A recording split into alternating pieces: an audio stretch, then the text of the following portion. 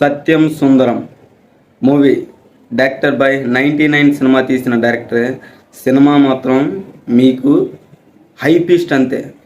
అంత ఎమోషను, అంత డ్రామాని మీరు వేరే సినిమాలో ఎక్స్పెక్ట్ చేయలేరు.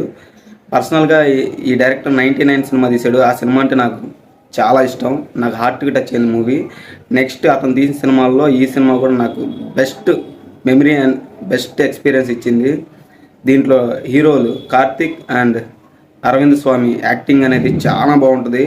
అండ్ బ్యాక్గ్రౌండ్ మ్యూజిక్ మొత్తం ఆల్మోస్ట్ అంతా బాగానే ఉంటుంది. కాకపోతే మీరు దీంట్లో రొమాన్స్ అండ్ ఫైట్లు, పాటలు ఇలాంటివి ఎక్స్పెక్ట్ చేయకుండా ఒక ఫీల్ గుడ్ డ్రామాని ఎంజాయ్ చేద్దాం అనుకుంటే కనుక ఇది మీకు బెస్ట్ ఆప్షన్ అవుద్ది.